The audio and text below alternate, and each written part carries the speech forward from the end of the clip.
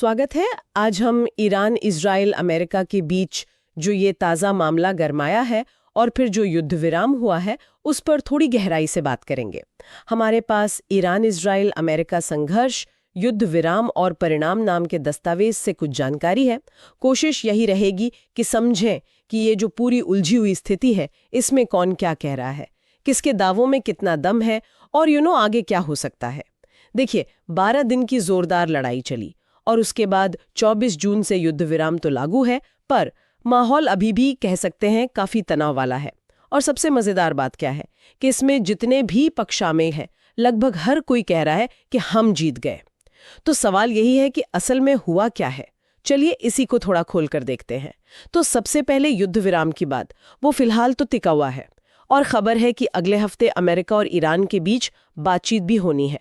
Focus शायद ज्यादातर परमाणु कूटनीति पर ही रहेगा। हाँ, और ये बातचीत बहुत बहुत अहम हो जाती है, खासकर इसलिए क्योंकि ये ठीक उन हमलों के बाद हो रही है जो अमेरिका ने हाल ही में ईरान के परमाणु ठिकानों पर किए। यहीं से वो दावों और पलटा दावों का दिलचस्प सिलसिला शुरू होता है जिसका आप जिक्र कर रही थी। ये सिर्फ लड़ाई नहीं है, एक तरह से सूचना का युद्ध भी चल रहा है। बिल्कुल सही कहा। थोड़ा याद दिला दें, 22 जून को अमेरिका ने ऑपरेशन मिडनाइट हैमर किया था।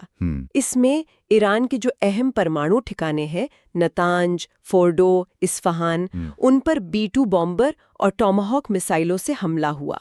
और राष्ट्रपति ट्रंप का दावा, उनका तो कहना है कि भाई इन हमलों ने ईरान के परमाणु प्रोग्राम को पूरी तरह तबाह कर दिया है। हाँ, लेकिन यहीं पर थोड़ा पेच है, क्योंकि अमेरिकी और IAEA मतलब अंतर्राष्ट्रीय परमाणु ऊर्जा एजेंसी, उनके सूत्र तो कह रहे हैं कि नुकसान बहुत ज्यादा था या अत्यधिक था। ये वही एजेंसी है जो दुनिया भर में परमाणु कार्यक्रमों पर नजर रखती है। मगर दूसरी तरफ कुछ अमेरिकी खुफिया रिपोर्ट्स भी लीक हुई हैं। वो कुछ और ही कहानी बता रही हैं। अच्छा, क्या कह रही हैं वो रिपोर्ट्स? वो कह रही हैं कि ये सिर्फ एक आंशिक झटका था। मतलब ईरान का कार्यक्रम पूरी तरह तबाह नहीं हुआ, बस कुछ महीने पीछे चला गया है। अब अमेरिकी अधिकारी जाहिर है इन रिपोर्ट्स को फेक न्यूज बता रहे हैं, तो सच क्या है कहना मुश्किल है।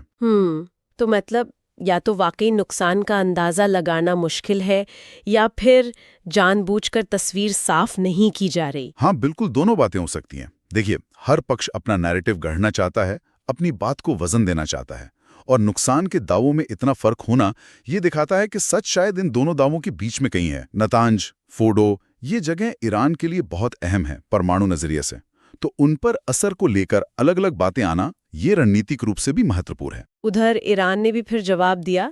23 जून को operation glad tidings of victory नाम से कतर में अमेरिका का जो अल उदीत बेस है उस पर 6 मिसाइलें दागी। गनीमत रही कि कोई जानी नुकसान नहीं हुआ। एयर डिफेंस सिस्टम ने मिसाइलों को रोक लिया। और ईरान के जो सर्वोच्च नेता हैं खामनेई, वो इसे क्या कह रहे हैं? वो इसे पूरी जीत बता रहे हैं।